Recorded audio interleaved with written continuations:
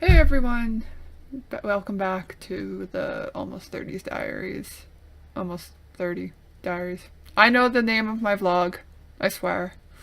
Sorry that I haven't put more out. I know I said I totally would, and then life happens. Work happens. Just adult things just happen. So anyways, just making sure my mic is on. Yep, my mic is on. Um I turn 30 tomorrow.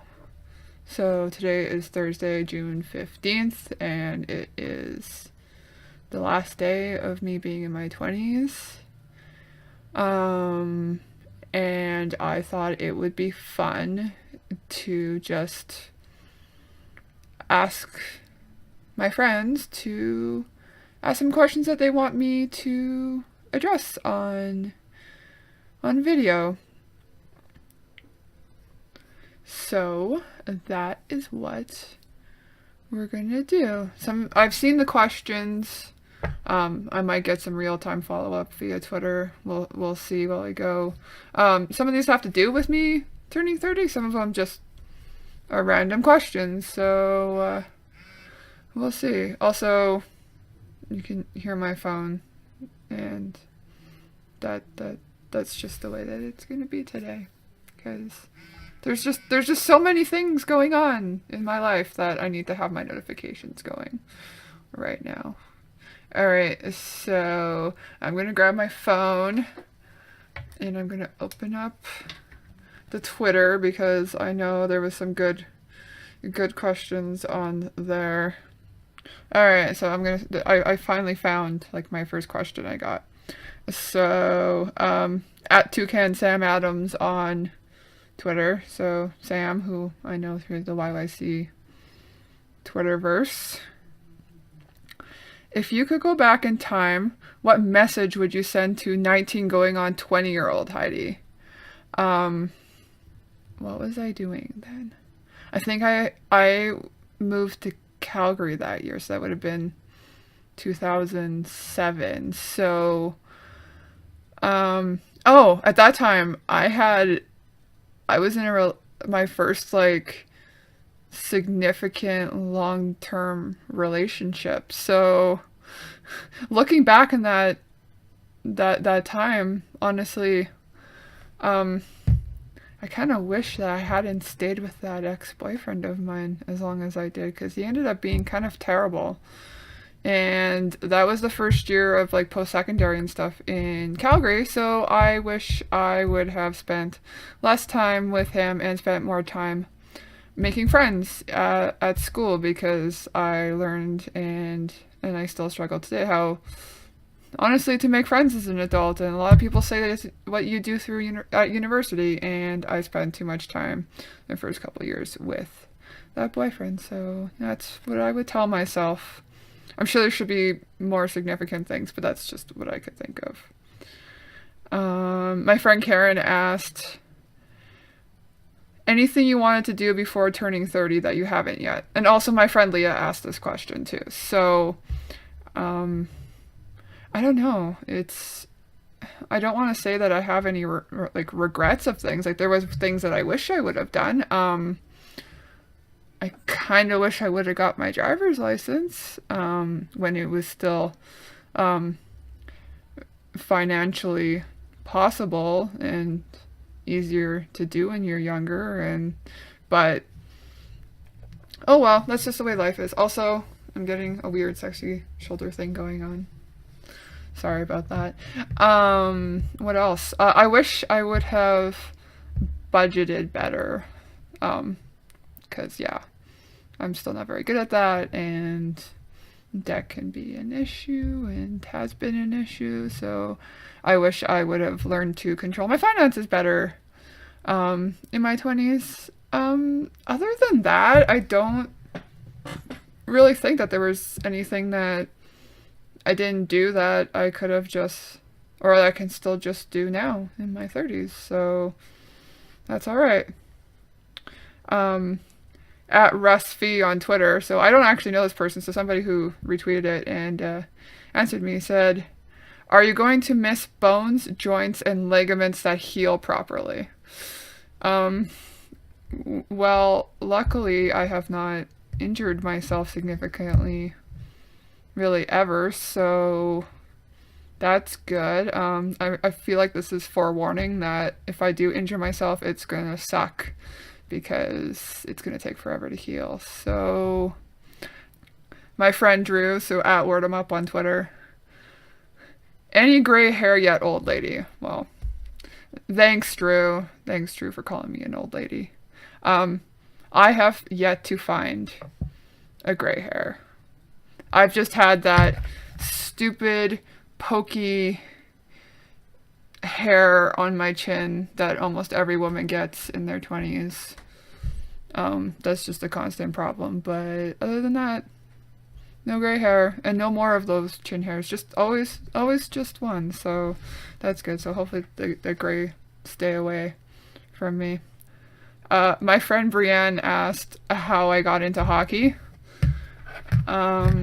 That's actually a very good question. I always like went back and forth with hockey. Like just watched it a little bit even as I was growing up. I grew up in Oilers territory, so I did watch the Oilers a little bit, but I would never have called myself a fan.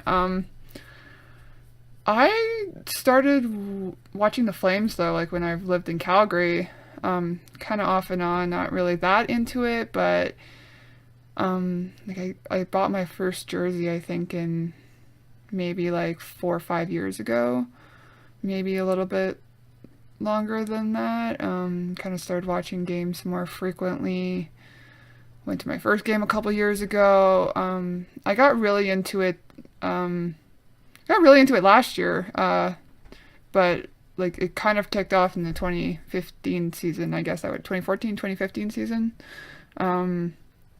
When we were in the playoffs, and I got really excited because I was also unemployed at that time, so I got to spend a bunch of time like hanging out downtown trying to win playoff tickets at Sport Check on Stephen Avenue, and got into the hype with that, and so that made my entire next season really get into it, and watch games more. And then this past season, I discovered many things where I could learn more things about my team in general. So on Reddit, just our Calgary Flames. So I found a bunch of people I could talk to and learned that that's a place I could find stats and discussion about different things. So that has really gotten me into hockey. My friend Leah asked my opinion about children on leashes. And I don't know, maybe this will shock people, but in certain situations, I think it is perfectly okay to have your child on a leash. Just because when I worked at Home Depot, I saw children almost get ran over by those giant carts almost all the time because their parents just let them run around and toddle off or do whatever, and then they almost got hit. And just in other situations where there's big crowds or where there's street traffic or anything, like if you have like a little like 1-year-old, 2-year-old, whatever, like I don't see why it's such a problem that if they want to walk, you don't want to hold them.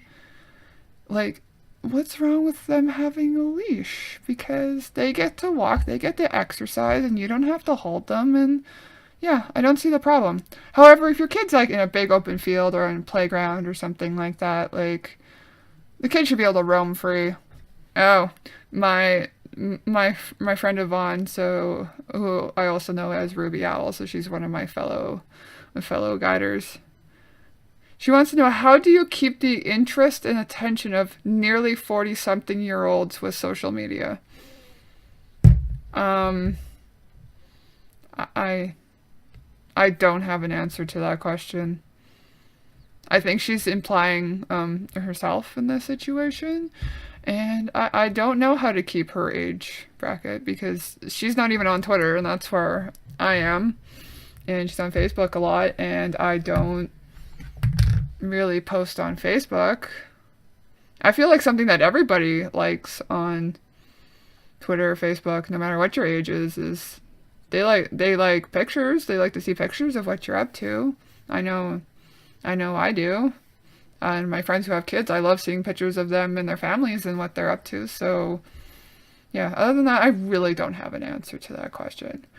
So, anyways, that is that. So, it's my birthday tomorrow. I need to pack for camp and I need to probably do some work. I should try to get a good night's sleep, but that's not going to happen. And then I'm not going to sleep all weekend. So, because that's what happens when you take 40 children camping with like 10 adults. So it should be fun. That's what my plans are.